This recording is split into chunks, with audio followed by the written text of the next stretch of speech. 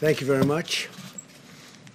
I had a very good telephone conversation, extremely good, with Senator Schumer a little while ago. We're working on various elements of the deal, and the Democrats are very much wanting something to happen, and the Republicans likewise are very much wanting something to happen. And I think it will. I spoke at length with Mitch McConnell, and there's tremendous spirit to get something done, so we'll see what happens. But my conversation was very good with Senator Schumer. I thank you all for joining us, and I'd like to begin by providing an update on what we are doing to minimize the impact of the Chinese virus on our nation's students. With many schools closed due to the virus, the Department of Education will not enforce standardized testing requirements, very importantly, for students in elementary through high school for the current year.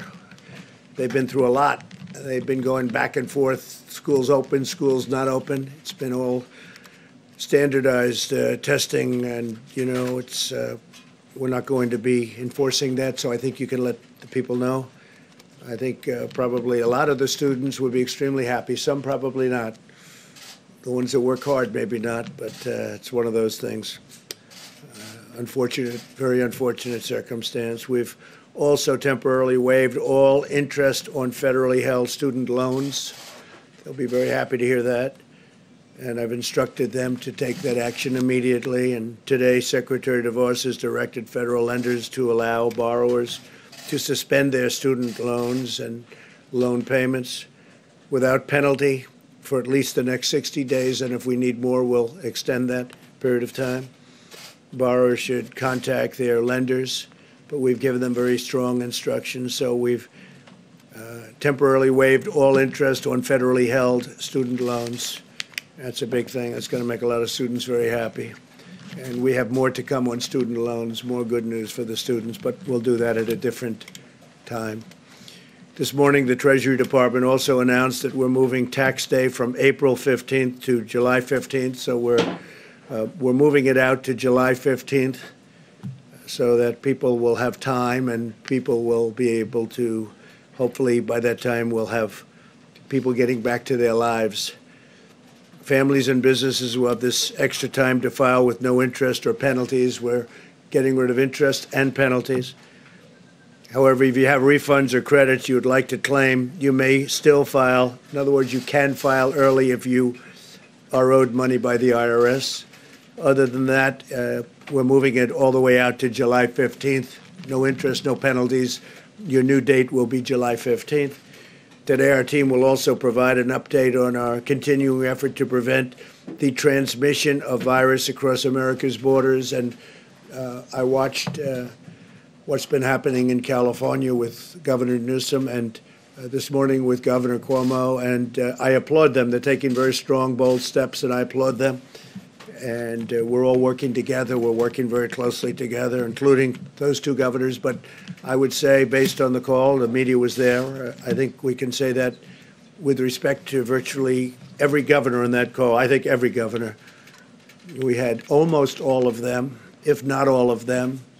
And I would say that you could see for yourselves that the level of respect and esprit de corps working together was extraordinary. There was nobody angry, nobody upset. We're able to help them, and that's what we're all about. We want to help. We're doing things that a lot of people wouldn't be able to do.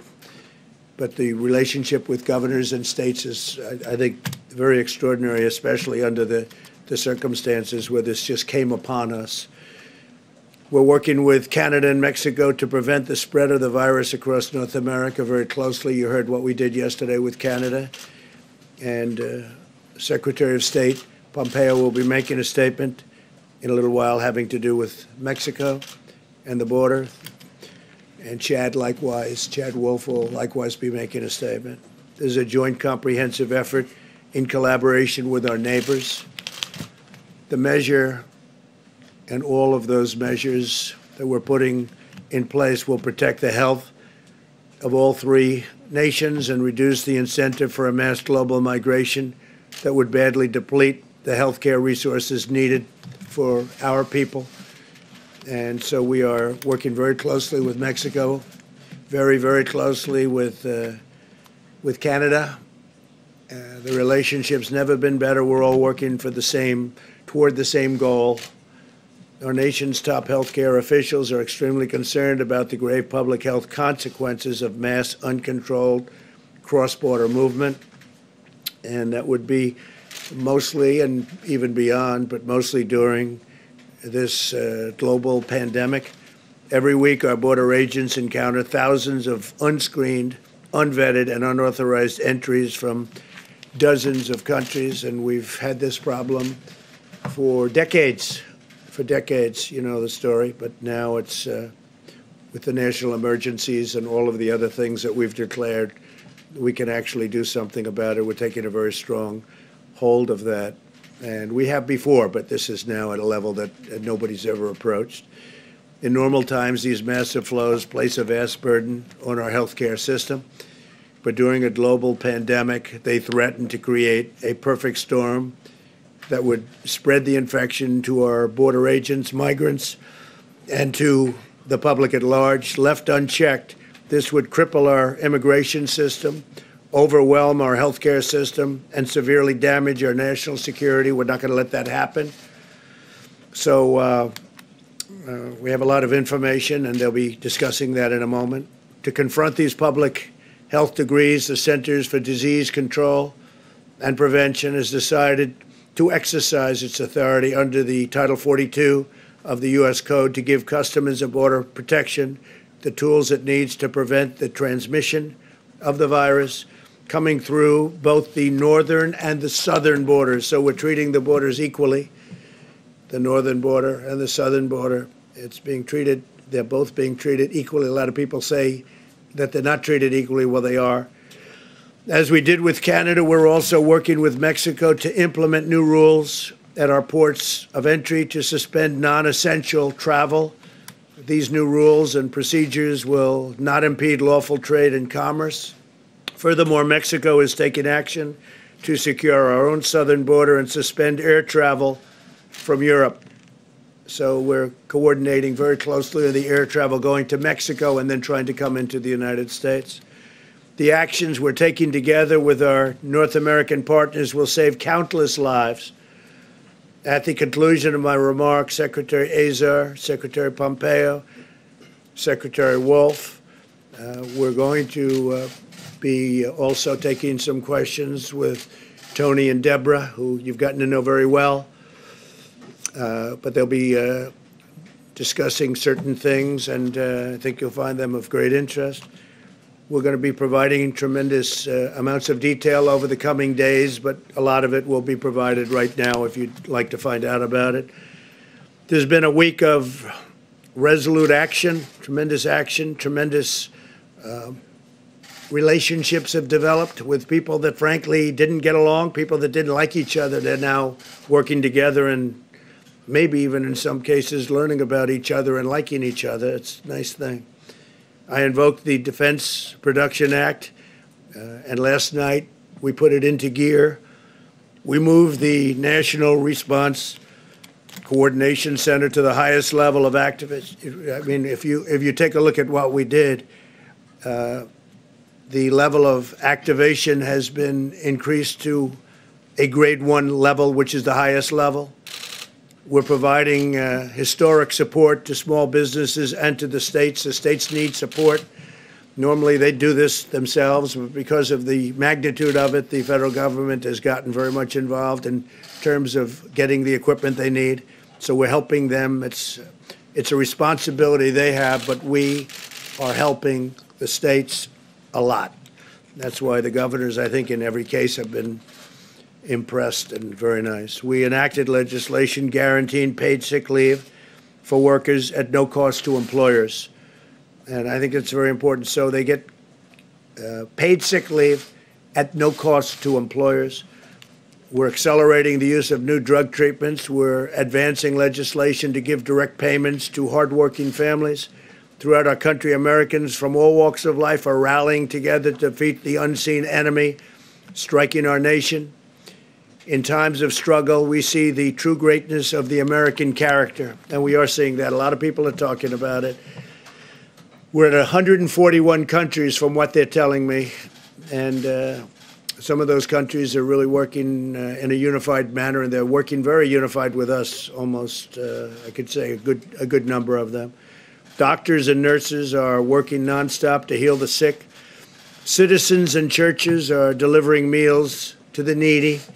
Truckers are making the long haul to keep shelves stocked.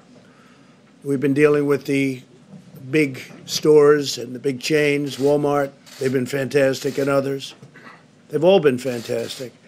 We've made it much easier for them to stock in terms of travel and travel restrictions. We're lifting restrictions so they can get their trucks on time.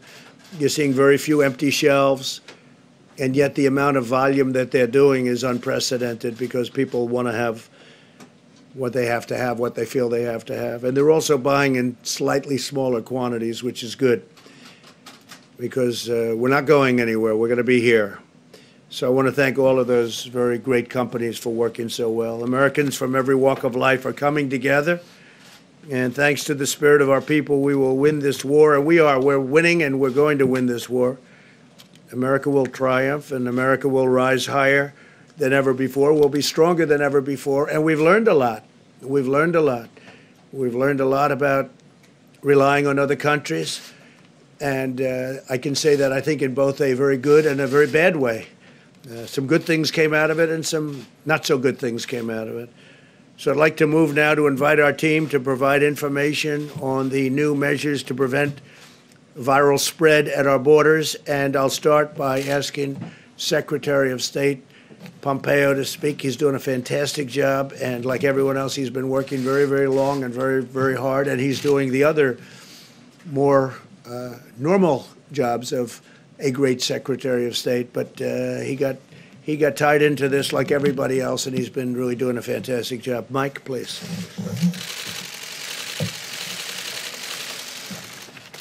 Thank you, Mr. President.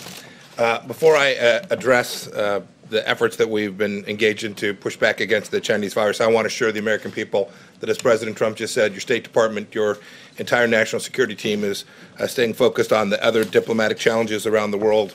Those include reducing risk to America from Afghanistan, holding the Iranian regime accountable for its malign activity, and our counterterrorism efforts against ISIS remain a priority for our team. Our number one priority across those mission sets remains the protection of the American people. The President and our team are very focused on it. I'll take this moment, too, to thank my team, State Department team, who is working long hours all around the world to take care of Americans who are stuck at places around the world. I'll talk about that more in just a minute. You've all seen Dr. Birx with me, State Department official who's doing great work, but I want to give a shout out to all of the State Department team here in Washington and around the world that are working overtime to help us push back against this pandemic. Under the President's leadership this week, we've taken two important steps. First, as President Trump announced on Wednesday, the United States and Canada jointly agreed to restrict all non-essential traffic across our border. This decision goes into effect tonight at midnight. The restrictions will be reviewed after 30 days, and they exclude traffic and movement across the border for work or other essential reasons. We're grateful to have such an outstanding friend to the north who is committed, as we are, to defeating this virus.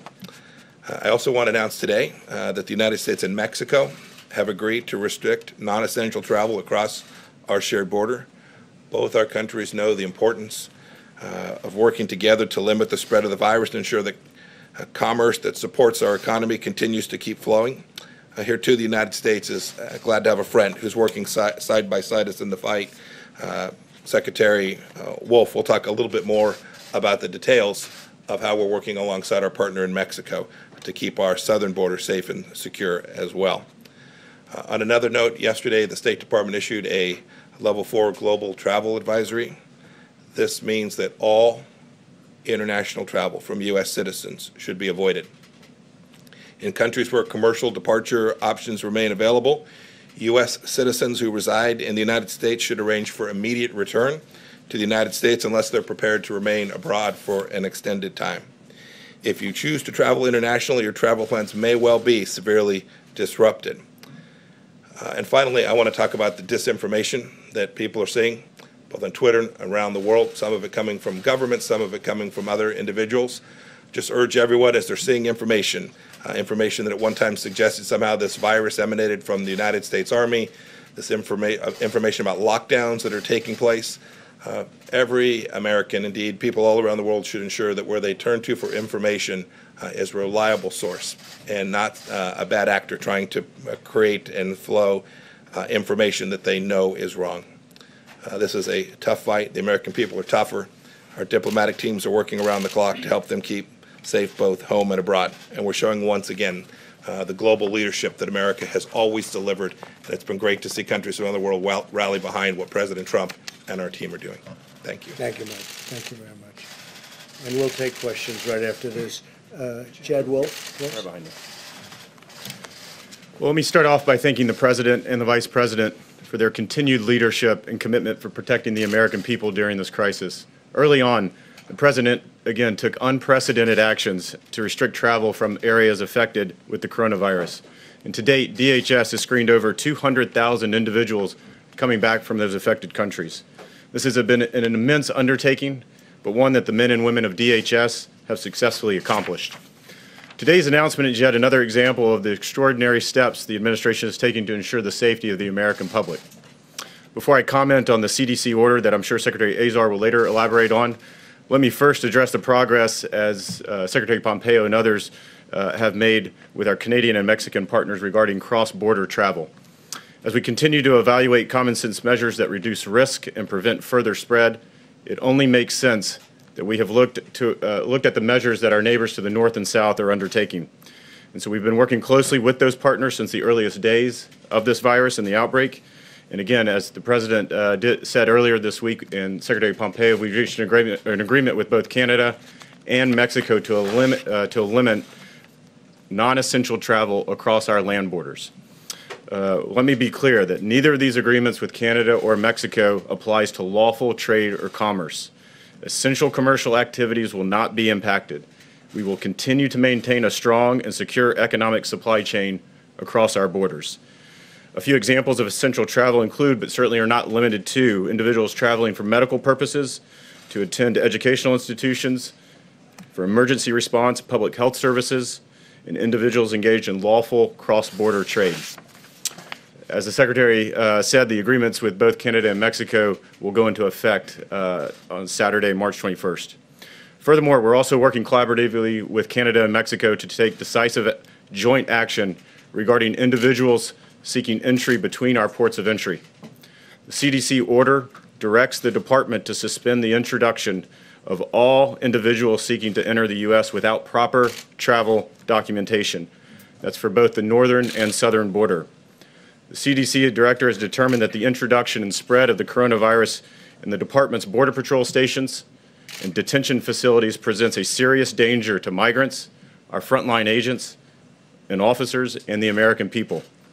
So it's important to note that the Department currently apprehends foreign nationals from over 120 different countries around the world, the vast majority of those having coronavirus cases. Many of these individuals arrive with little or no identity, travel, or medical documentation, making public health risk determinations all but impossible. It's also important to note that the outbreak on our southern border would likely increase the strain on health systems in our border communities, taking away important and life-saving resources from American citizens. Tonight, again at midnight, we will execute the CDC order by immediately returning individuals arriving without documentation to Canada, Mexico, as well as a number of other countries without delay. And so, again, CBP is positioned to execute these measures as we continue to keep our borders secure and safe. Before I conclude, let me just wrap up by thanking the brave men and women of DHS, specifically CBP, and across the government for the work that they do day in and day out to keep the American people safe from the coronavirus. The Department has a number of frontline officers that have tested positive, as well as others who are self-quarantining, and that I am doing everything that I can to protect these patriots as they continue to defend our homeland during this crisis. Thank you. Thank you very much, David. Thank you. Yes, Secretary. Today's announcement is just the latest in a long line of bold, decisive actions the President has taken to protect Americans from the coronavirus spreading across our borders. In January, within 2 weeks of China's notifying WHO about the virus, and with only 45 cases in China, we began screening travelers from Wuhan. Then, over time, as the outbreak evolved, the President restricted travel from China, Iran, and Europe. Our health experts say that these measures have been truly effective at slowing the virus's spread to our shores. Just think about this. Italy and the United States both saw their first travel-related case of coronavirus around the exact same time, the last week of January. And yet we have had precious time to continue our work around vaccines, therapeutics, and other preparations, while Italy has tragically been overwhelmed with critical patients for several weeks now. The President today is taking action to slow the spread of infectious disease via our border. Under Section 362 of the Public Health Service Act, the CDC is suspending the entry of certain persons into the United States because of the public health threat that their entry into the United States represents. This order applies to persons coming from Mexico and Canada who are seeking to enter the country illegally and who would normally be held in a congregate setting like a Customs and Border Protection station. It does not apply to U.S. citizens or lawful permanent residents. During this pandemic, a number of health challenges arise when illegal immigrants arrive at our northern and southern borders and are taken into immigration custody. We're talking about significant numbers of illegal immigrants. From this past October through February, DHS has processed more than 21,000 inadmissible aliens at the northern border and more than 151,000 inadmissible aliens at the southern border. CBP facilities were never designed to hold large numbers of people and to protect agents and migrants from infection during a pandemic, nor to treat them for a novel virus if large numbers are infected. When held at border facilities, these migrants risk spreading the virus to other migrants, to CBP agents and border healthcare workers, and even the United States population as a whole. In such circumstances, the kind of social distancing measures the CDC and the President have recommended are simply not possible. On top of that, any resources that we are using to reduce the risk of infection among CBP agents, healthcare workers, and migrants in these facilities are drawing on an American healthcare system that is already fighting the coronavirus pandemic.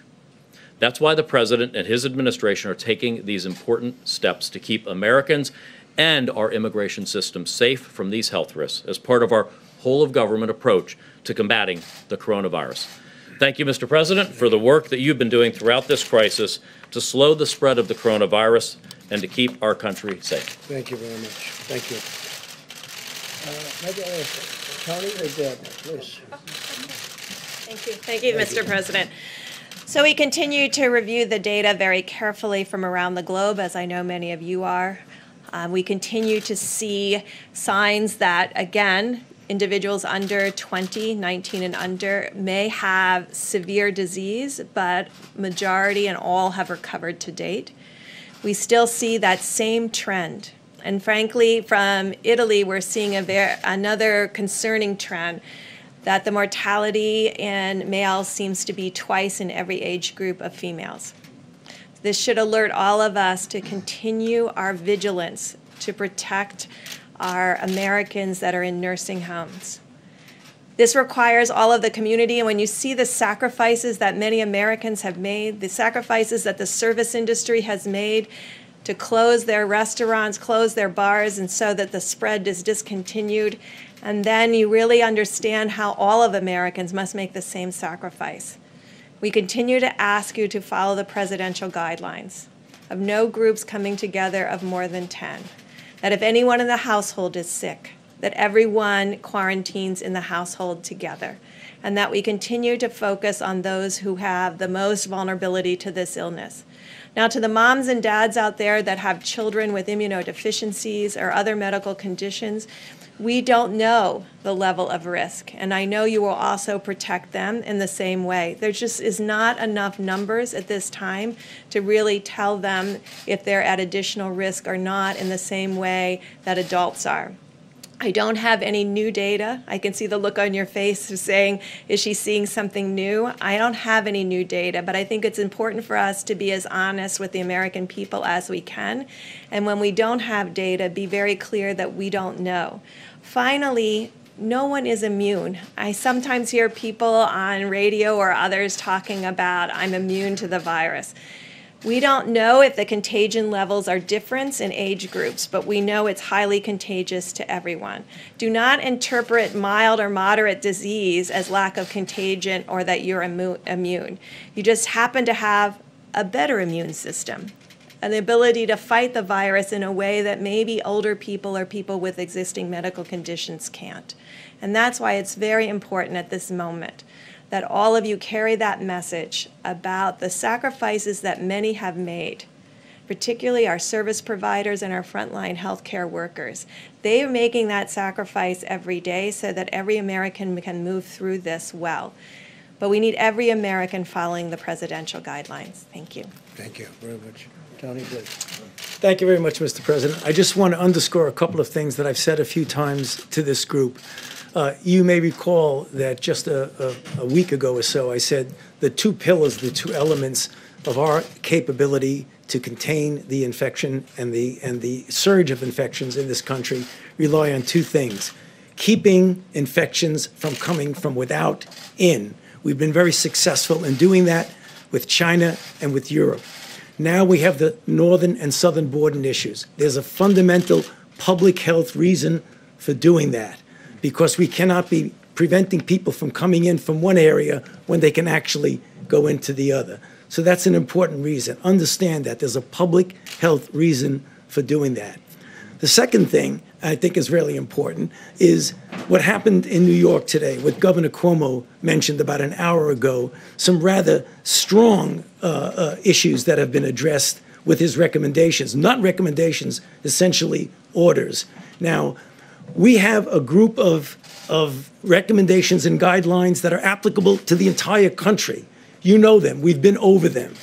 Yet there are places, regions, states, cities in this country that are being stressed much, much more than the country as a whole. Clearly, one of them was Washington. Another one was California. Governor Newsom made some very important, difficult decisions. Today, Governor Cuomo did the same thing. And I want to say I strongly support what he's doing. And one thing, as a New Yorker myself, for those of you who haven't figured out from my accent that I'm from New York, as a New Yorker, I know what New Yorkers can do. We're tough. I was in New York City on September 11th, 2001. And I know what the New Yorkers can do. So please, cooperate with your governor, cooperate with your mayor. It's very important. Thank you. Thank you, Tony. That's great. Thank you, Mr. President. The White House Coronavirus Task Force met this morning. We continue at the President's direction to bring the full resources, not just of the federal government, but in full partnership with our state governments, businesses around America, and a partnership with the American people to respond to the threat of the coronavirus. And I know I can speak on behalf of the President with confidence when I say how inspired we are by the way the American people and American businesses are coming together to help defeat this virus in our country. Millions of Americans are putting into practice the President's 15-day guidelines, and we encourage everyone, even those that are not in areas with significant outbreak, to review these guidelines over the next week and more and put them into practice, and you'll continue to do your part. Later today, we'll be talking with manufacturers around the country, and the President and I continue to be inspired by the way American industry is stepping forward. We have businesses around the country that are literally volunteering to retrofit plants to help us meet the needs of our healthcare workers and our healthcare system in confronting the coronavirus. As the President mentioned yesterday, following his decision to put FEMA in the lead, the emergency declaration, we actually met with all the nation's governors from the FEMA National Response Coordination Center. The President and I, our entire team at the federal level, couldn't be more grateful for the efforts of all of our governors in implementing the guidance that is being issued not only from our task force, but also in taking strong measures in their own communities to protect their citizens. We want to urge every American to heed your local authorities, listen to their guidance, and also do your part to slow the spread. We reiterated to all of the governors that the President, by putting FEMA in the lead, will continue to implement a plan that is locally executed, state-managed, and federally supported that puts the health of America first. We have received a report today, as the President mentioned, on our legislative team on Capitol Hill. We're working with Republicans and Democrats at this very hour to pass an economic recovery package that the President described, and we hope to see the Congress act on that early next week. On the subject of supplies, we continue to make steady progress on testing. Thanks to the President's involvement of commercial labs, the public and private partnership, more and more Americans are being tested every single day. And tomorrow, Admiral Gawa and FEMA will update the American public on the status of testing and our support of state-based testing efforts that are literally expanding by the hour. On the subject of medical supplies, we continue at the President's direction to pursue every means to expand the supply of personal protective equipment for the extraordinary and courageous healthcare workers that are ministering to the needs of people impacted by the coronavirus. We have a policy of procuring, allocating, as well as conserving the resources that we have in our system.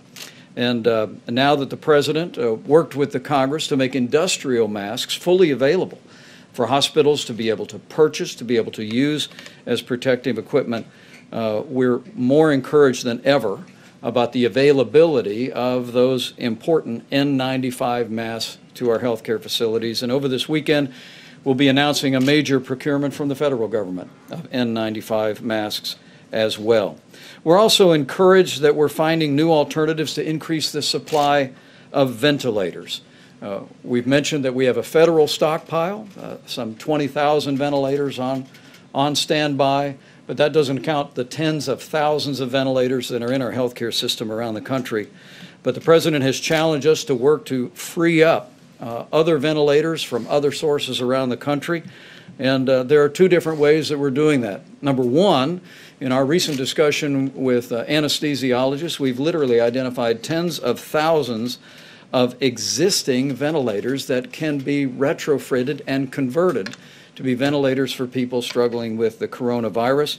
But also, on the President's behalf, on behalf of all of our task force, we want to continue to urge every American and every American hospital and healthcare facility to postpone any elective medical procedures. This will free up bed space, free up hospital capacity for people that are struggling with the coronavirus, and it'll also free up equipment that our healthcare workers need.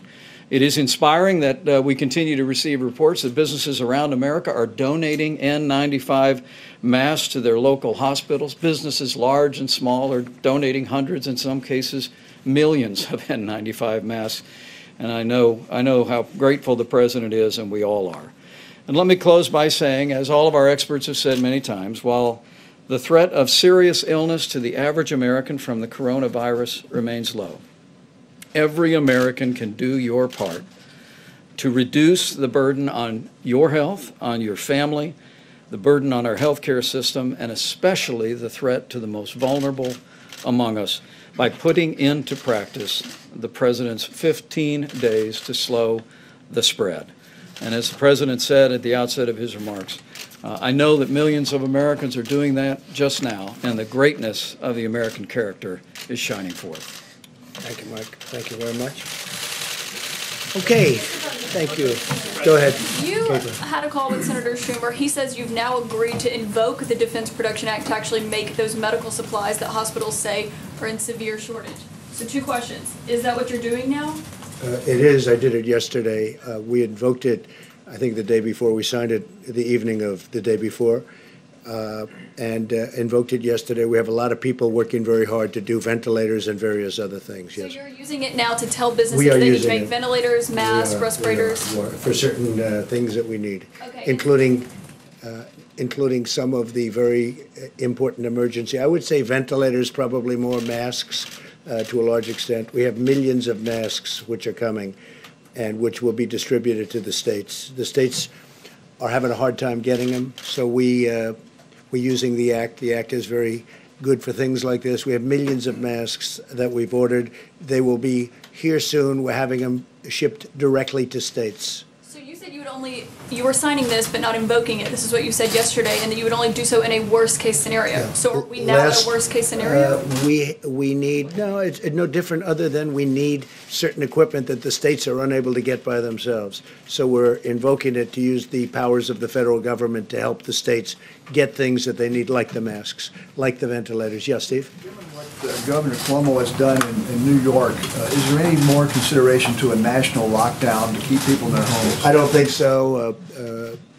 Essentially, you've done that in California, you've done that in New York. Those are really two hotbeds. Those are probably the two hottest of them all in terms of hotspots. I don't think so, because you go out to the Midwest, you go out to other locations, and they're watching it on television, but they don't have the same problems. They don't have, by any means, the same problem. New York, California, Miami, the governor's doing an excellent job. Governor DeSantis in Florida. We have some pretty hot spots in Florida, too. But we're general, and the state of Washington, of course, but that was largely, if you look at it, it was one nursing home that had problems like you wouldn't believe. So no, we're working with the governors, and I don't think we'll ever find that necessary. We're about a week into your 15-day guidelines. Are you happy with the progress? Would you like to see? I am happy. I am happy with it. We'll have to see what the results are at the end of 14 days, let's say. We'll know by the 15th day to see what we do. But I'm certainly honored by the way the American people are working, because it's work. It's work not to work. This is the first time this has ever happened. And we're working out a tremendous financial package for them so they don't work. Who ever heard of this? Usually you work out a financial package to get people working. We're asking people not to work. Social distancing, a new term that's become probably the hottest term there is. So, no, I'm very honored by the way the American people are taking this, I mean, so seriously. Yes, John? Mr. President, a question for you and a question for Dr. Fauci, if I could. There's been some concern among Democrats on Capitol Hill that the Phase 3 fiscal stimulus is weighted too much in favor of corporations and not enough in terms of individuals.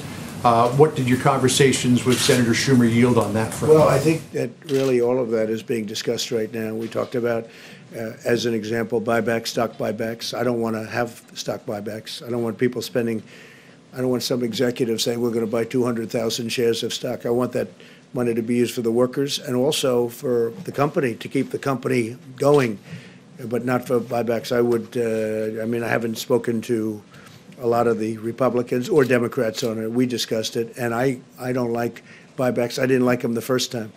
Are you and Senator Schumer? So we're on the same discussing. page? We're discussing that. We're discussing many things. Are you on the same page with Senator Schumer? We're not so far away. I'll tell you, we're not very far away. And to Dr. Fauci, if I could. Dr. Fauci, as was explained yesterday, there has been some promise with hydroxychloroquine, this potential therapy for people who are infected with coronavirus. Is there any evidence to suggest that, as with malaria, it might be used as a prophylaxis against COVID-19? No, the answer is no. And the evidence that you're talking about, John, is anecdotal evidence. So as the commissioner of FDA and the president mentioned yesterday, we're trying to strike a balance between making something with a potential of an effect to the American people available at the same time that we do it under the auspices of a protocol that will give us information to determine if it's truly safe and truly effective. But the information that you're referring to specifically is anecdotal. It was not done in a controlled clinical trial, so you really can't make any definitive statement about it. Mr. President, on that on those therapies? I think, without seeing too much, I'm probably more of a fan of that than maybe than anybody. But I'm a big fan, and we'll see what happens. And we all understand what the doctor said is 100% correct. It's early, but we've, I've seen things that are impressive, and we'll see. We're going to know soon. We're going to know soon, including safety. But, when you get that safety, this has been prescribed for many years for people to combat malaria, which was a big problem, and it's very effective. It's a strong drug. So we'll see. Fairly effective against SARS. It was, as I understand that, is that a correct statement? It was fairly effective on SARS. John, you've got to be careful when you say fairly effective. It was never done in a clinical trial. They compared it to anything. It was given to individuals and felt that maybe it worked. So Was there anything to compare it to? yeah, well, that's the point. Whenever you do a clinical trial, you do standard of care versus standard of care plus the agent you're evaluating. That's the reason why we showed back in Ebola why particular interventions worked. Sir, on that topic. Mr. President. About the possible therapies, yesterday, Mr. President, you said that they were for, quote, immediate delivery, immediate. We heard No, from we're doctors. ordering, yes, we have millions of units ordered. Bayer is one of the companies, as you know, big company, very big, very great company.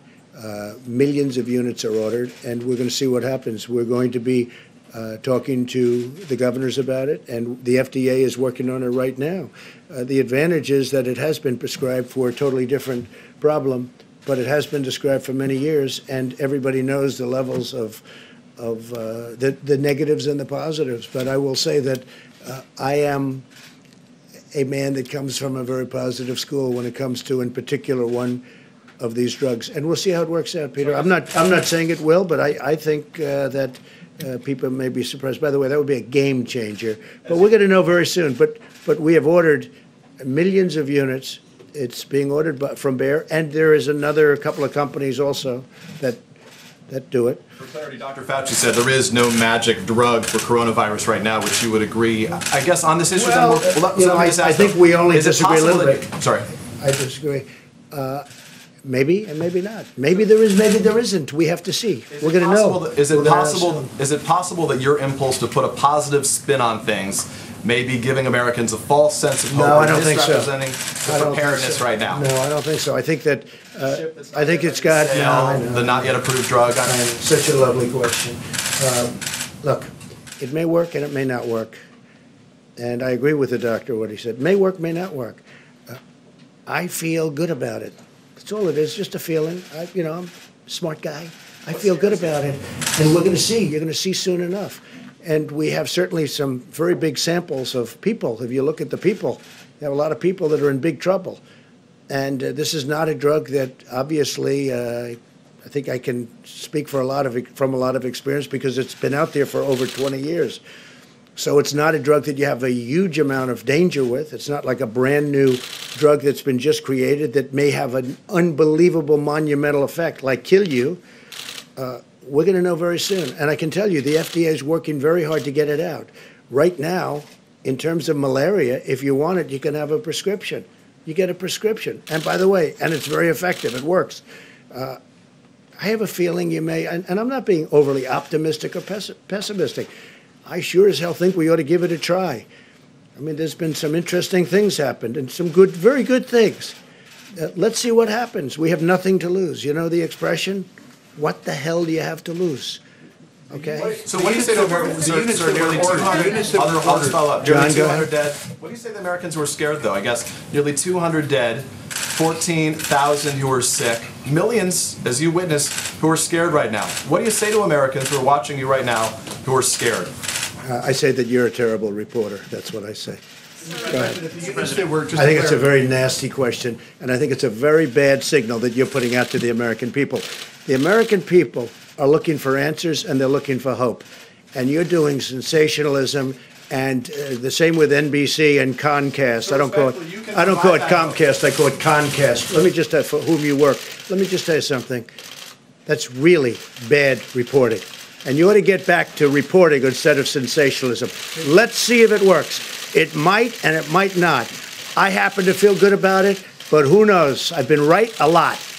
Let's see what happens, John. Can I come back to the science and the logistics? You ought to be ashamed of yourself. The units that were ordered, are they for clinical trials or are they for distribution to the general patient population? We are going to, as I understand it, we are going to be taking samples in New York. Governor Cuomo very much is interested in this drug, and they are going to work on it also after they get a certain approval. We're waiting for one final approval from the FDA. We'll see what happens. But we'll use it on people that are not doing great, or even at the beginning of not feeling well. Sort of fall under the. And John, what do we have to lose? So this Wait, John, it's been out there for so long. We hear good things. Let's see. Maybe it works and maybe it doesn't. I understand all that. I'm just thinking of the application here. So that would be under sort of a modified compassionate access? We're doing that, I guess, and that's what it's called, yeah. Yes. I would like Dr. Fauci, if you don't mind, to follow up on what the president is saying. Should Americans have hope in this drug right now? And sir, I would like to follow up on Peter's question here.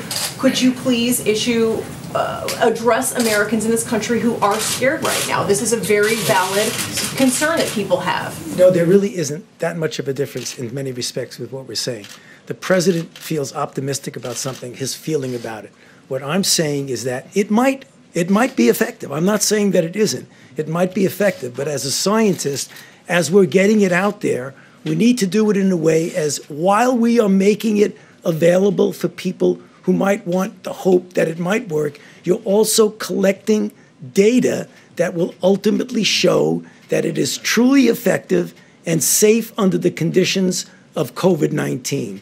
So there really isn't different. It's just a question of how one feels about it. Is there any reason to believe it's not safe? Well, certainly as a drug, any drug, John, has some toxicities. The decades of experience that we have with this drug indicate that the toxicities are rare and they are, in many respects, reversible. What we don't know is when you put it in the context of another disease, whether it's safe. Fundamentally, I think it probably is going to be safe. But I like to prove things first. So it really is a question of not a lot of difference. It's the hope that it will work versus proving that it will work. So I don't see big differences here. I agree. Sir, your message to Americans who are working at home, who have their children in their homes right now, who are homeschooling, doctors who say they don't have the masks they need to do their jobs, your message to them. My message to the American people is that there is a very low incidence of death. You understand that. And we're going to come through this stronger than ever before. If you get it, if you happen to get it, it is highly unlikely. It's looking like it's getting to a number that's much smaller than people originally thought in terms of the ultimate problem, which would be death. My message to the American people is, number one, you've done an incredible job. Incredible what you've gone through. It's been incredible. It wasn't their fault. It wasn't their fault. It wasn't the fault of 140 other countries where this has happened. And there is tremendous hope. And I think we're going to come out stronger, better, bigger in every way. I think we're going to be a better country than we were before. And we learned a lot. We learned on reliance, who to rely on, who not to rely on. But our country has been incredible, the way they pulled together, including the fact that I just spoke to Senator Schumer. We had a wonderful conversation. We both want to get to a good solution. But it's been really, for me, watching and seeing people that weren't speaking, getting along well, because we all have one common aim, and that's to get rid of this invisible enemy, get rid of it fast, and then go back to the kind of economy that we had, and maybe even better. Yeah, please, in the back. No, in the back, please. Mr. President, I have two questions, if you'll indulge me. The first question is, many small businesses are concerned that they have weeks, not months, and are worried about how long it'll take. We're going to be helping them a lot. We're going to be focused, a big focus, and including my conversation with both Mitch and with Chuck, a big focus of that conversation with small businesses, because they are really the engine behind our country, more so than the big ones. They are the engine behind our country. Second, if I may, sir, are you concerned about members of Congress that may have used information they learned on updates to sell stocks and profit off of this? I'm not aware of it. I saw some names. I know all of them. I know everyone mentioned Dianne Feinstein, I guess, and a couple of others. I don't know too much about what it's about, but I find them to all be very honorable people. That's all I know. And they said they did nothing wrong. I find them, the whole group, very honorable people. Yeah, please. Mr. President, so the whole group would include Richard Burr, the head of the Intelligence Committee, and it also would include Senator Kelly Loeffler. And so the question is whether or not they should be investigated for that behavior. Well, it also includes Dianne Feinstein, a Democrat. You didn't mention her name. Why didn't you mention her name? And I think she's a very honorable person, by the way. So I'm not saying, but you know, it's interesting that you mentioned two people, but you don't mention one that happens to be a Democrat. Any senator, should they be I don't know, because I'd have to look at it, possibly, but I find them to be honorable people. Yeah. Should they use resign. You said the other day you see yourself as a wartime president right now, leading the country through this pandemic that we're experiencing. Do you really think, going off on Peter, going off on a network is appropriate when the country is going through something like this? I do, because I think Peter is, I've dealt with Peter for a long time. And I think Peter is not a good journalist when it comes to fairness. But he's asking for your message to the country. Oh, I think it's a good message, because I think that the country has to understand that there is indeed, whether we like it or not, and some of the people in this room won't like it, there's a lot of really great news and great journalism, and there's a lot of fake news out there. And I hear it all, and I see it all, and I understand it all because I'm in the midst of it. So when somebody writes a story or does a story on television, and I know it's false, I know it's fake, and when they say they have 15 sources have said, and I know there's no sources, they're just making it up. I know that, and I call Peter out, but I call other people out too. And, this is time to come together. But coming together is much harder when we have dishonest journalists. It's a very important profession that you're in. It's a profession that I think is incredible. I cherish it. But when people are dishonest, they truly do hurt our country. Yeah, in the back. Please, go ahead. Mr. President, China has been in communication with the United States and also WHO about coronavirus Right, in that's true. January. That's and true. the U.S. shut its border to travelers from China on February the 2nd. Also, Wuhan has been in lockdown since January the 24th. And this all happened almost 2 months ago. Why did you still say if you could have known it earlier? And also, you have been calling coronavirus. Well, I have to say this. We have, and I can speak for myself, but I have a very good relationship with China and with President Xi. I have great respect for President Xi. I consider him to be a friend of mine. It's unfortunate that this got out of control. It came from China. It got out of control. Some people are upset. I know President Xi. He loves China. He respects the United States. And I have to say, I respect China greatly, and I respect President Xi. Okay. Calling coronavirus. Can I ask more about stock buybacks? Many of the airlines and Boeing did stock buybacks. Is this a deal breaker for you in this? No, but I never liked stock buybacks from their standpoint. When we did a big tax cut, and when they took the money and did buybacks, that's not building a hangar, that's not buying aircraft, that's not doing the kind of things that I want them to do. And we're now talking about buybacks. We didn't think we would have had to restrict it because we thought they would have known better. But they didn't know better. In some cases, not in all cases, obviously. Some people did an incredible job. They built plants all over the country. I mean, you'd see what's happened. I mean, we were doing, until this invisible enemy appeared, we never had an economy like this. But there were some companies that used that money to buy back stock, driving up the price of the stock artificially in many cases. I don't like that. I don't like it. And as far as whether or not we'll have that, allow them, when we give them money, because we have to keep these great companies in business because of the workers, frankly, for the most part, because of the workers. The workers are my number one concern. But the way we take care of the workers is we have to keep the companies going. I am fine with restricting buybacks. In fact, I would demand that there be no stock buybacks. I don't want them taking hundreds of millions of dollars and buying back their stock, because that does nothing. Yeah, please. Thank you very much. One for Dr. Fauci and then hopefully one for you. Sure. And one thing, Secretary of State Pompeo is extremely busy, so if you have any question for him right now, could you do that? Because you know what I'd like to do? I'd like him to go back to the State Department, or as they call it, the Deep State Department, if you don't mind. I'd like to have him go back and do his job. So does anybody have any question? Please. Mr. Secretary, can I ask you? Go ahead, you want to call somebody? Yeah, how about you? Only for the Secretary. The exemptions on work travel, can you define that? Is all work, anyone with a work visa can still cross the border? Can you define what, like, the measures that you're taking? It's a great question. We're working, we're very real concerned about H-2A visas, in particular agricultural workers need to get across. We're going to make sure that we do everything we can to keep that part of our economic lifeblood working between our two countries. DHS and the State Department will work together. We want to make sure and keep commerce between Canada, the United States, and Mexico alive, functional, and prepared for the day that this economy bounces back like we expected it will. Mr. Secretary, the Mexican government has not announced any travel ban on Europe.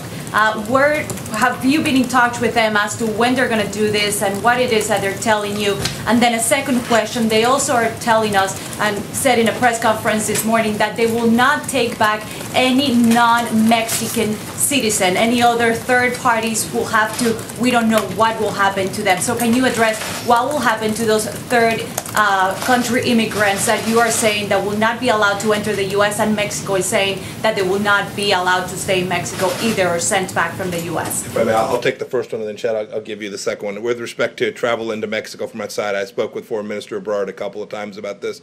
I'm very confident we're going to get to a really good place that protects the Mexican people and the American people from those who might be traveling into places where we've got designations, the Schengen zone from China, so that they're not coming into Mexico and then coming into the United States. I'm very confident we'll do that, and we'll make that announcement shortly together. And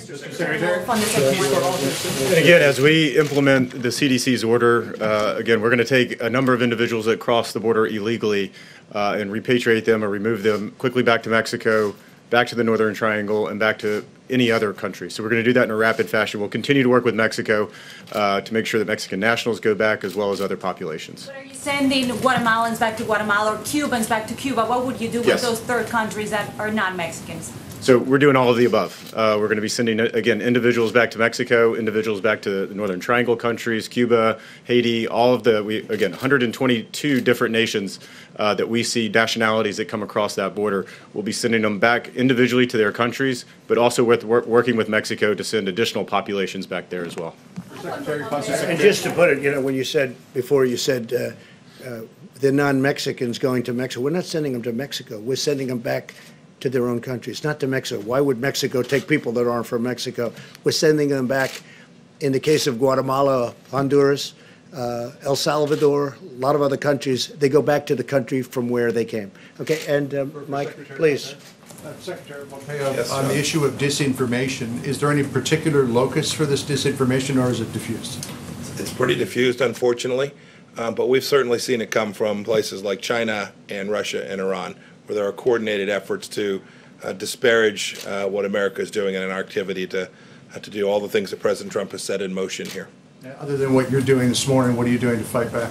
Lots of things, lots of work. One of the things we want to make sure is the American people go to trusted sources for that information. But we've made clear, we've spoken to these countries directly that that they need to knock it off, that we don't approve of it.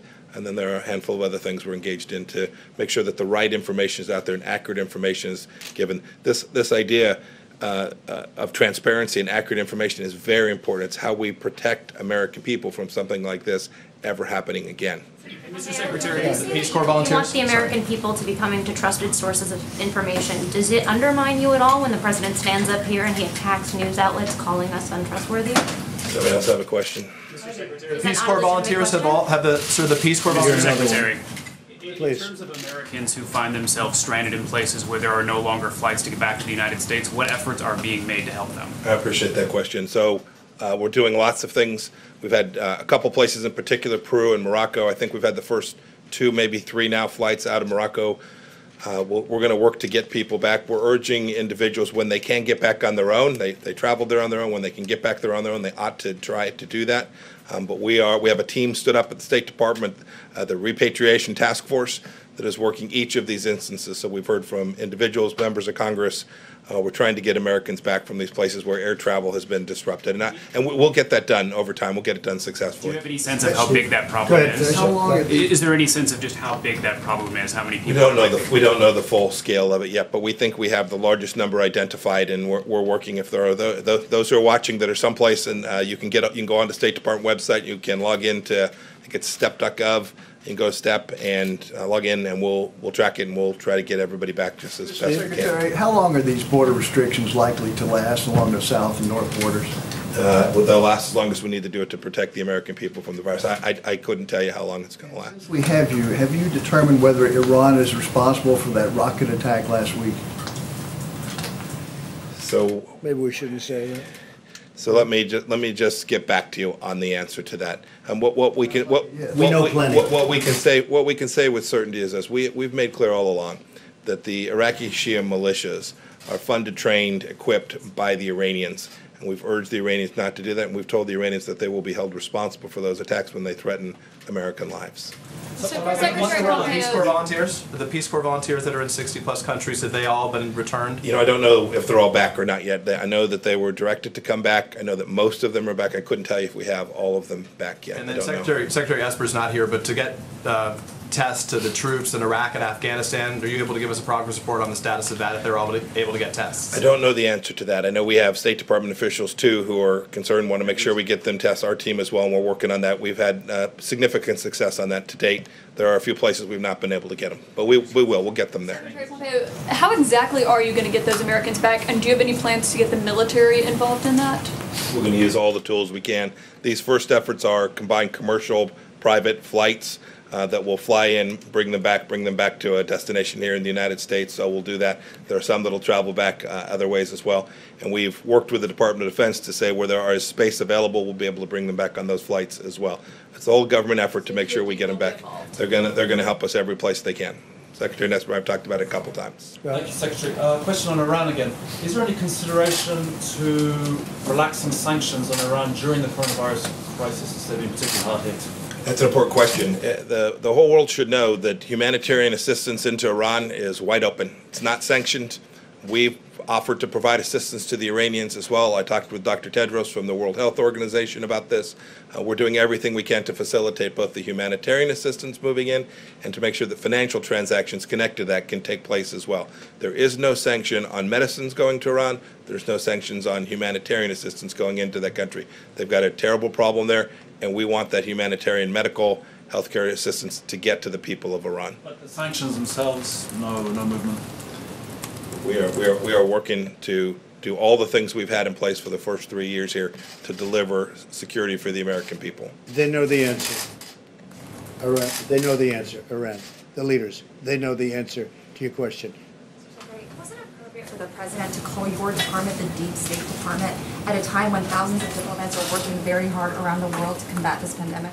I've worked with the president for 3 years now. I know how much he values the people that work on my team. I know when I was the director of the Central Intelligence Agency how much he valued the work we did. I know that he watches our team, Dr. Birx, all the team that's working to push back against this virus to keep America safe. I know how much he values them.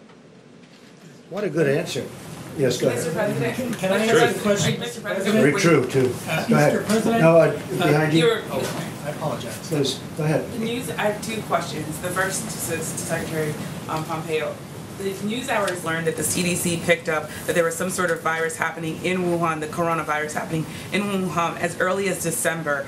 When did the CDC start letting other agencies know that there was something in China happening, that this coronavirus was happening? And then when did the whole government approach start to happen?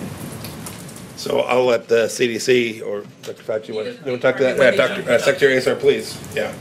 Yeah, so we were alerted by some discussions that Dr. Redfield, the director of the CDC, had with Chinese colleagues on January 3rd.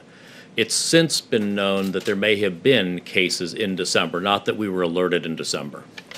And then, Mr. President, the other question I have for you. Excuse me, we'll do it in a second. Let Mike has to go May I back. just say one more thing? There's been some discussion about China and what they knew and when they knew it. And I've been very critical. We need to know immediately. The world is entitled to know. The Chinese government was the first to know of this risk to the world. And that puts a special obligation to make sure that the data gets to our scientists, our professionals. This is not about retribution. This matters going forward. We're in a live exercise here to get this right. We need to make sure that even today, the data sets that are available to every country, including data sets that are available to the Chinese Communist Party, are made available to the whole world. It's an imperative to keep people safe. We talk about the absence of data sets, not being able to make judgments about what to do. This is absolutely critical. This transparency, this real-time information sharing isn't about political games or retribution. It's about keeping people safe. And so when you see a delay in information flowing from the Chinese Communist Party to the technical people who we wanted to get into China immediately to assist in this, every moment of delay connected to being able to identify this the risk vectors, creates risk to the people all around the world. And so this is why It's not about blaming someone for this. This is about moving forward to make sure that we continue to have the information we need to do our jobs. Mr. Secretary, what message do you think it sends to other countries when you have the President of the United States lashing out at reporters? I've had my frustration with reporters too. All I ask when I talk to the media is that you listen to what we say and report it accurately, and it's frustrating. It's frustrating when you see that doesn't happen. It's enormously frustrating. We have a responsibility to tell the American people the truth, and those who are reporting on what it is we're doing and saying have an equal responsibility to report accurately. What message does it send to countries when you're lashing out at reporters? Not being reported, that the news media. I've seen many things at the State Department be reported wildly and accurately on multiple occasions, and I have spoken to those reporters about it each and every time, and I will continue to do so. Mr. President, Senator Johnson has suggested... Well, I'd rather have, if you could finish up with the Secretary of State. I think I've worn him out, Mr. President. Well, let me Is ask everybody you both. finished, Secretary of State? Let me ask you both, if that's all right. Mr. Secretary, Senator Johnson has suggested that you and the administration may be overreacting. He said, we don't shut down our economy because tens of thousands of people die on the highways. We don't shut down our economies because tens of thousands of people die from the common flu. At worst, 3.4% of Americans will die from this virus, he said. What do you say to people that have that view? That's 11 million people he's talking about. Well, I can just say the entire world is agreeing with us because they all have their choice, and everybody's doing the exact same thing. We want to shut it out, and we can do that, and we'll see what happens in 2 weeks and 3 weeks. But if we can save thousands of lives, and even millions of lives potentially, you don't know where it goes, but you could be talking about millions of lives. So if you look at the world, I mean, you have some very smart people in the world, you have some smart leaders in the world, and everybody's doing it the way we're doing it. I think we're doing a better job than hopefully most, if not all. We're doing a very effective job, but we'll know better in 14 or 15 days. But, you know, you're talking about hundreds of thousands, and maybe more than that, numbers of people. And, you know, we can bring our finances back very quickly. We can't bring the people back. Mr. President, to follow up on that, there are millions of people out there that share that view, that say, I don't really need to shut things down. I don't really need to stay away from stores. I can go to the beach. And those people making multiple actions exponentially, it's the difference between life and death. Yeah, I agree with it. But I think I'd like to have Anthony answer that, because to be honest, that's what he does. And we had a lot of very talented people telling us what they think we should do. Thank you, Mr. President. First of all, I think that's a false equivalency to compare traffic accidents with. I mean, that's totally way out. That's really a false equivalency. When you have something that is new and it's emerging, and you really can't predict totally the impact it's going to have, and you take a look at what's going on in China, and you see what's going on right now in Italy, and what's happening in New York City, I don't think with any moral conscience you could say, why don't we just let it rip and happen and let X% of the people die? I don't understand that reasoning at all. Okay, so Secretary of State will be leaving. Any other question for him? Go ahead in the back, please. In the back for Mike. Thank you, Mr. President. Excuse me, I didn't call on you. Go ahead, please. Thank you, Mr. President. Two things. In New York, where cases are doubling every day, they fear that supplies are going to run out in a matter of weeks. Yesterday, Mayor Bill de Blasio called on you to mobilize the military to deliver urgent supplies. Yesterday, he said, quote, the fate of New York City rests in the hands of one man. He is a New Yorker, and right now he is betraying the city he comes from. I've personally spoken to emergency department nurses who say that they've been told not to wear N95 masks because supplies are so low. So how do you respond to those remarks by Mayor de Blasio? Well, I just think this. I'm not dealing, supplies arrive? I'm not dealing with him. I'm dealing with the governor, and the governor agrees with me, and I agree with him. So far, we've been very much in sync. I guess they're not agreeing with each other necessarily, but the relationship with New York, I love New York. I grew up in New York, as you probably have heard, and the relationship's been very good. And I think government and the governor have been getting along incredibly well with the federal government. Okay.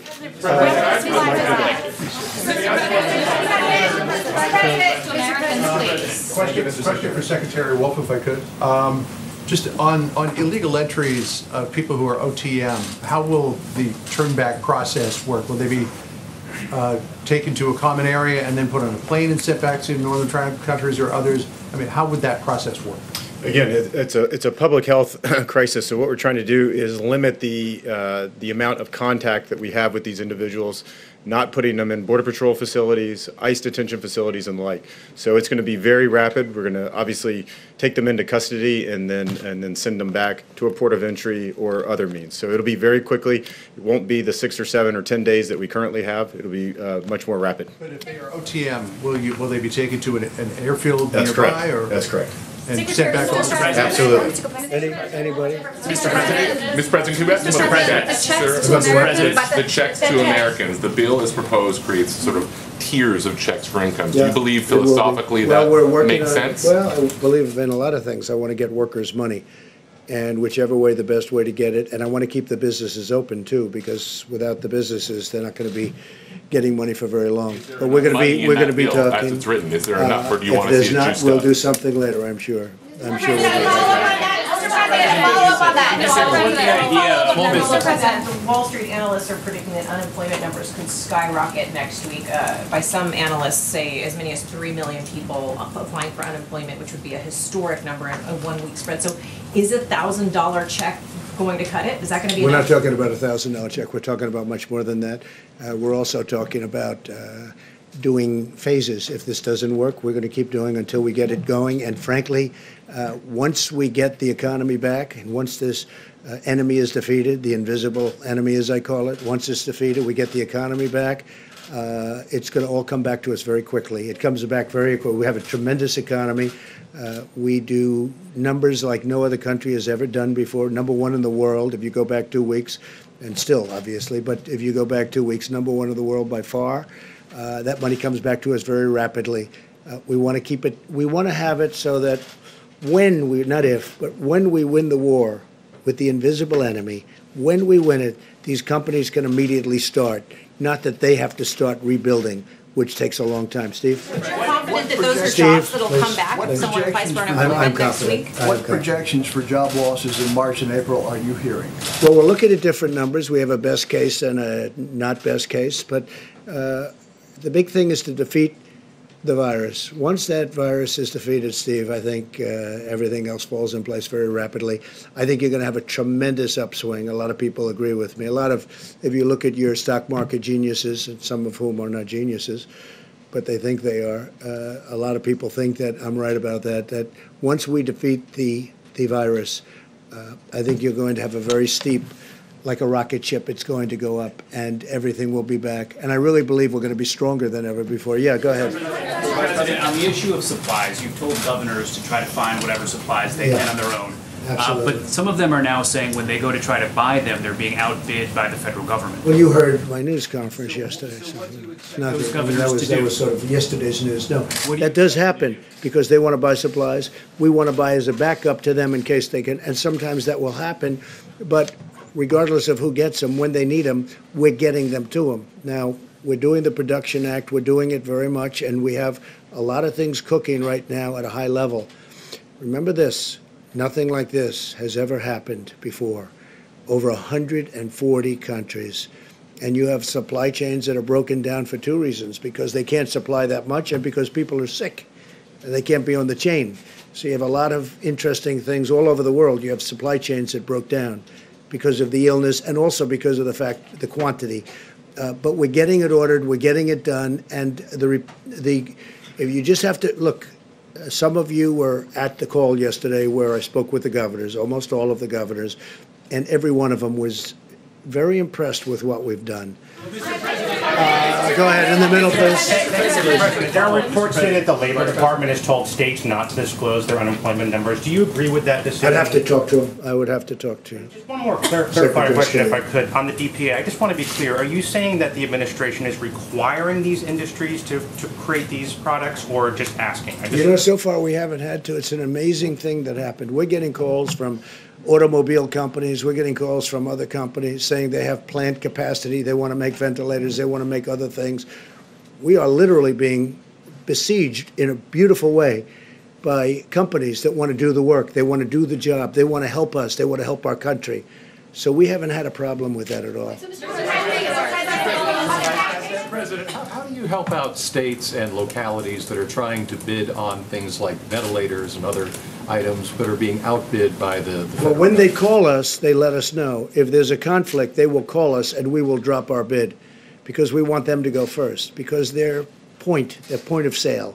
So we've had 4 or 5 instances where literally that was happening because, you know, we're both trying to get stock. And if we're going against, they will call us. The smart ones, frankly, will call us, and we will immediately, we want them to buy it because it gets to them quicker if they buy it. Okay? Do they know that they're We're really there. They know that, and it's happening more and more where they're calling and they're saying we're bidding against each other. They want to get it. They'll get it much quicker that way. Go ahead, please. Mr. President, a question for Secretary Azar. There are labs across the country that don't have the testing supplies they need. What specific actions is the administration taking? I tell you what.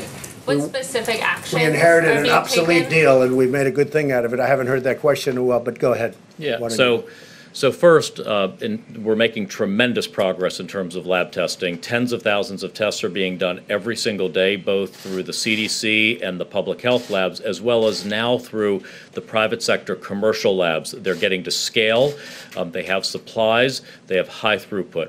We do hear anecdotally occasionally of, say, a public health lab or another one that has a concern about this supply or that supply. Through FEMA, we actually are standing up a laboratory task force to answer those questions.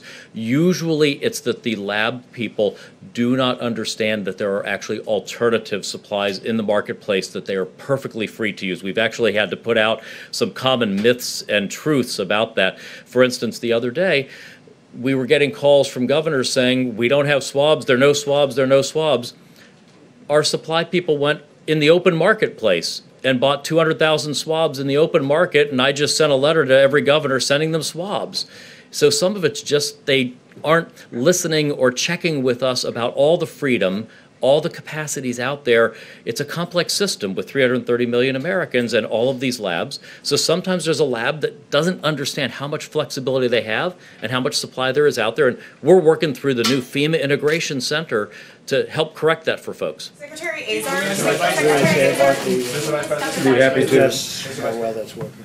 Well, as I said, more and more tests are being performed every day. And as we learn about the results that are being reported around the country of coronavirus tests, our experts continue to look at the numbers and see that some 90% of Americans that are tested do not test positive for the coronavirus. And so it can give you a sense of the magnitude of testing that's going on. We have the number of cases that we've reported today, but it's in some cases near to 10 times that have been tested. But let me also emphasize how important it was in answering these questions for governors and local officials that the President stood up FEMA and the National Response Center, where we briefed governors yesterday. Now every governor and their state health departments have the ability to reach out to our regional FEMA administrators. And that's how, as the President said, we're sorting out those potential conflicts between very significant federal purchases and procurements and as hospitals and state governments are purchasing as well. I think the new streamlined system operating now in all 50 states and our territories of governors and states going through their regional administrator for FEMA is going to make it more possible for us to ensure that our hospitals, our healthcare providers have access to what's available on the open market and elsewhere. Mr. Vice President, you're the head of the task force. You've seen the numbers. You've spoken to average Americans. You're a former governor. What do you say to Americans right now who are watching and who are scared? I would say do not be afraid, be vigilant. All the experts tell us that the risk of serious illness to the average American for the coronavirus is low. But we need every American to put into practice the President's coronavirus guidelines, 15 days to slow the spread, because the coronavirus is about 3 times more contagious than the flu, according to our best estimate. And you can contract the coronavirus, have very mild symptoms, if any, not even be aware that you have it, and expose someone who is vulnerable to a very serious health outcome. That's the reason why we're encouraging people to avoid groups of more than 10, to not eat in restaurants, but to use drive-throughs, to wash their hands on a regular basis. And particularly, we're going to continue, as the President has directed us, to focus on the most vulnerable population, which are seniors with serious underlying health conditions or anyone with an underlying immunodeficiency. It's those people we need to care for, but it's going to take all of us working together to make sure they're safe. Mr. Vice President, on the issue of ventilators, Mr. Vice President? Because you just said that you haven't had to require companies to up their production of medical supplies. But you said last night you invoked the DPA. I'm confused. When we need something, because of the act, when we need something, we order something. And as you know, 2 days ago, I invoked the act, which was a big step. I'm not sure that it had been done before, certainly not very much. And when we need something, we will use the act. What has happened is, before we even go out, many, many companies, great companies in a totally different business are willing to do things and make things, because that's what they do. They make product. They're willing to make product for us, medical product, that we need very badly for the states, that the states can't get, they haven't been able to get. And you know, most of the states, in no way did they do anything wrong. They were stocked up. They were all equipped. Unfortunately, they've never had a thing like this. So they need help from the federal government. But you haven't actually directed any, this is important. You haven't actually directed any companies to start making more ventilators or masks, right? I have, yes. I have. A lot. And they're making a lot of ventilators, and they're making a lot of masks. Go ahead, please. Yeah, I have. Mr. President, Yes. partially following up on that, are there automakers right now who are retooling their production facilities to make ventilators or masks? I can't say they are, but they will be very shortly, because we're working with one in particular that wants to make ventilators. They called us yesterday, and we're working on a transaction. They're going to make ventilators. They say they've done it before, which surprised me, but they can do it very easily. Secretary Azar, this is partially for you, partially for Secretary Azar. You said yesterday that you had spoken to Carnival Corporation's chairman. Carnival, yeah. Yes, and he said that he could donate some ships. No, not donate. That's not the word donate. donate. Okay, lend. He's not giving them. He's going to let you use them. Okay. I spoke with Mickey Harrison, who's the president, chairman, CEO, and owner. And he could lend some ships to potentially be hospitals. He said to me that he was willing to, if we need ships for helping people, that Carnival would be absolutely willing to help us in Los Angeles, in New York, wherever they may be, in Miami, where they're very big. If we needed something, they would be willing to. So far, we haven't needed to, and we're bringing the big hospital ships up in California. We're working with the governor of California, as you know, with Gavin, and we haven't made a determination. We're also talking to folks who would like it in Seattle, so we're discussing where it can be most useful. We've spoken with Governor Cuomo, and we're bringing the big hospital ship up in 2 weeks, and we're going to have it in New York Harbor, someplace in New York Harbor. So my question is, one, it sounds like you haven't taken them up on it yet, but no, I have taken them up. I said if we need it, I'll let you know. Okay. That's called taking them up. And secondly, right now we don't need it. Ships have a lot of frequently contacted surfaces, and so this is where you come in, Secretary Azar, potentially Dr. Fauci. Do you have concerns about the cruise ships being used as hospitals? Well, I can tell you they're very clean, and also those surfaces, the germ, as you know, the virus, disappears over a period of time. And these ships are very clean. They've been kept very clean. They've been gone over, but the virus, as you know, if it's on a surface for a certain, they have actually charts, different kinds of surfaces, it disappears over a period of time. Why not just use hotels? I mean, what are you trying to get at? Go ahead. Well, that's what I'm asking. Why not just use hotels? It disappears. The virus disappears when it's on surface after a certain number of days, or in some cases hours, depending on the surface it's in. Go ahead, please. Thank you. A quick follow-up. So can you name any of the companies that you've asked to start making these ventilators or face masks? I will be, but first I want to get the approval from the company, because I don't want to be doing that. Okay, I assume they'd like it, but I'll let you know. Okay, well, thank you. And this is for Dr. Fauci. I mean, one company that has openly stated it is General Motors.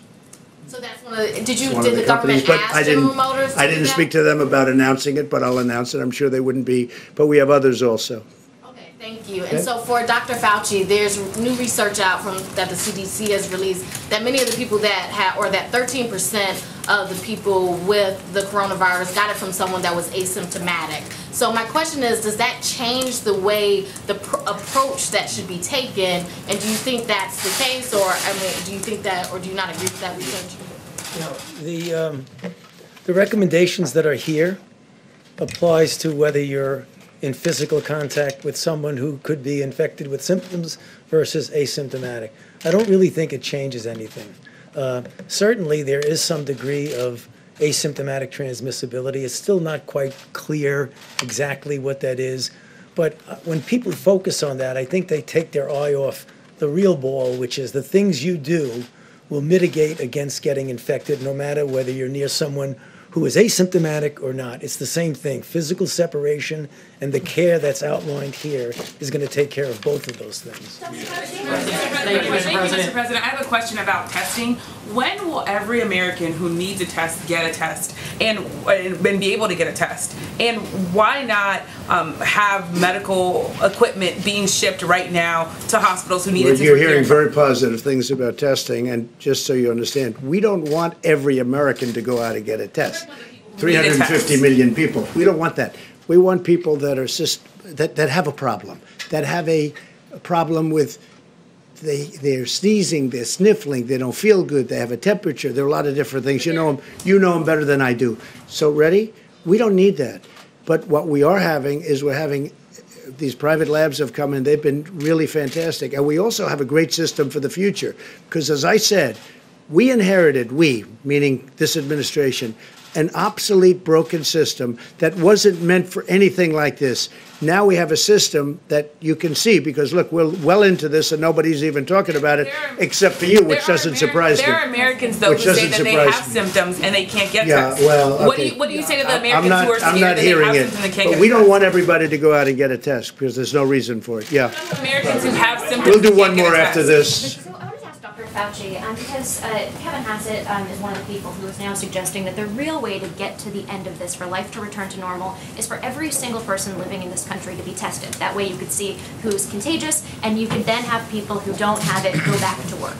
Is there any possibility that this country could ever get to a point where every single person could be tested, and how long would that take? Thank you for the question. I've heard that before. I don't connect the dots there. I don't see how testing everybody in the country is going to help you to implement this. This should be implemented universally, at least at this level for everyone. The things we spoke about a while ago, that you want to really ratchet it up, like Governor Newsom is doing in California, like Governor Cuomo is doing in New York, or how you put an end to this outbreak. Testing is important. It would be nice to know, and there are certain things you could do, but let's not conflate testing with the action that we have to take. Whether or not you test, do this. I'm not putting down testing as an important issue, but people seem to link them so much that if you don't have universal testing, you can't respond to the outbreak. You really can. But I do think, and that's after listening to Tony and everybody else that's an expert, I do think it's important that not everybody be tested. If you feel great, and if you have no symptoms whatsoever, it's just not a good thing to be doing. All right, Steve? A question for Dr. Fauci. Yesterday you mentioned the possibility of aerosol transmission of the virus. How likely is that to happen? The possibility of aerosol transmission always comes up when you have situations like that. It comes up with influenza. It came up with SARS, in which there was a documented one-off episode of some aerosol transmission. Aerosol means that it can stay in the air for a period of time because it's in a droplet that's very small and doesn't go down. Is it possible that there is aerosol transmission? Yeah, it certainly is. But clearly, what we have seen in the situations where people have gotten infected from the areas that we have experienced, China, South Korea, now Europe, most of it is in a situation where people are close enough to each other that a symptomatic person will have a real droplet transmission. So I'm not ruling out the possibility that it's aerosol.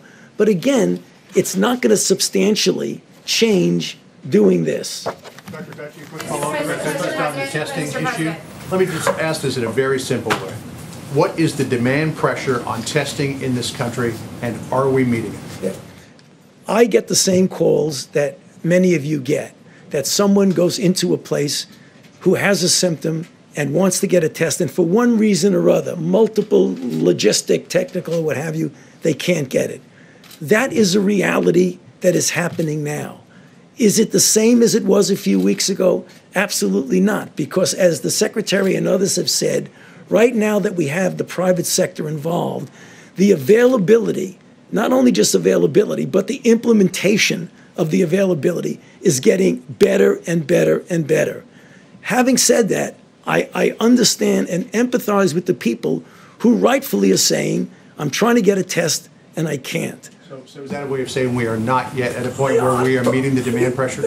Well, the answer is yes, John. We are not there yet, because otherwise people would be never calling up saying they can't get a test. Well,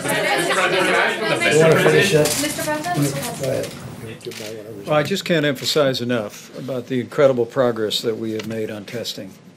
All of your reporting, and media outlets around the country are as well, that many, many more tests are being performed every day, literally by the tens of thousands.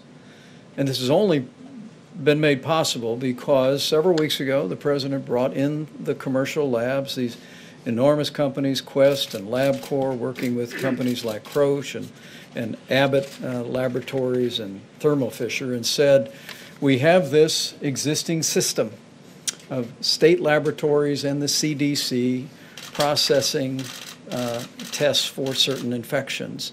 But given the magnitude of this outbreak, the President apprehended early on that it wouldn't be enough to meet the need. And I just want every American to know that literally hour by hour, in partnership with these extraordinary commercial labs, we are making more and more tests available every day. We'll detail the way that we're working with states to distribute those tests. We've obviously focused on states that have been dealing with the most serious outbreaks of coronavirus: Washington State, California, New York, and others. We've been making sure the tests are in those areas, working closely with those governors. But I think the American people should be encouraged at the progress that we are making. Tomorrow we'll take some time to detail that progress for you, but I would say to any American who might be concerned that they have symptoms, as the President said so well, we don't want every healthy American to get a test. But if people feel that they have symptoms that they identify with the coronavirus, call your doctor. Their doctor can call their state health authorities that can work very closely with our entire team through HHS and FEMA and work to identify the more and more tests that are available every day. Just so you know, just for the probably 100th time, this administration, inherited an obsolete, broken, old system that wasn't meant for this. We discarded that system, and we now have a new system that can do millions of people as you need them. But we had to get rid of a broken old system that didn't work. It worked only on a very limited basis. And we're very proud of what we've done. It's incredible what we've done. And this system will now serve for the future, for future problems. Hopefully you don't have a problem like this, but something will come up. We have now a great system, and it's almost fully in gear, but it's able to test millions of people. But we inherited a broken, old, frankly, a terrible system. We fixed it, and we've done a great job. And we haven't been given the credit that we deserve, that I can tell you. But the one that really deserves the credit are the American people, because they are doing things that nobody thought they would do. What they're doing is incredible, and we're making a lot of progress, and we'll see you folks tomorrow. Thank you very much.